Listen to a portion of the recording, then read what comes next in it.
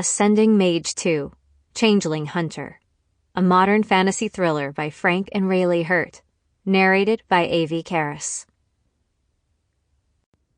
Chapter 1, Ruined with Rot. It had been such a perfect summer day, right up until someone shot him. A brisk breeze was coming from the northwest, making the expressionless faces in the nearby sunflower field restless. Thin cirrus clouds raced as streaks high in the periwinkle sky above the Missouri Coteau. It was Saturday morning, and Evan and Brandon were tending their salsa garden, each on his hands and knees as they worked to finish the chore of pulling weeds while the day was still reasonably cool.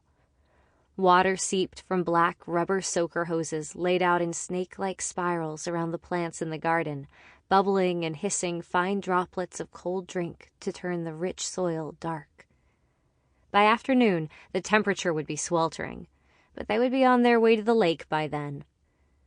The housemates had banked up and were cashing in 2 weeks' vacation from the lignite mine where they worked. They would be spending that hard-earned downtime camping and fishing at Lake Sakakawea. Evan had worried their flourishing garden would suffer in the unforgiving July sun while they were gone, but Brandon insisted that the plants would survive. They compromised by pledging to drive home every few days to turn on the hydrant and check their mail. It was only an hour's drive from their rural property outside of Underwood, North Dakota, to the cabin they rented near the South Shore at the Park District.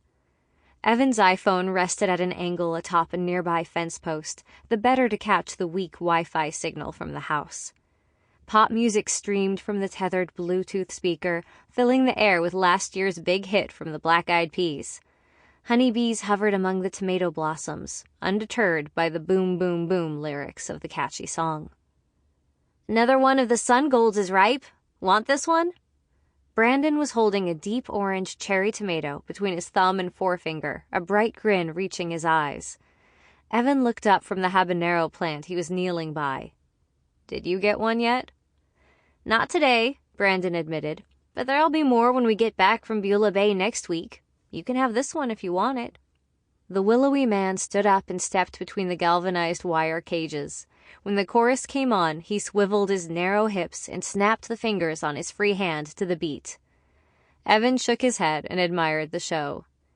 "You're going to get stung by one of those bees if you keep that up." "No way! Them chickens won't copy my swagger." Brandon dropped the tiny fruit into Evan's outstretched hand, then danced back to the tomato plants to resume weeding. "I'm so 3008. What does that even mean? Sample complete. Ready to continue?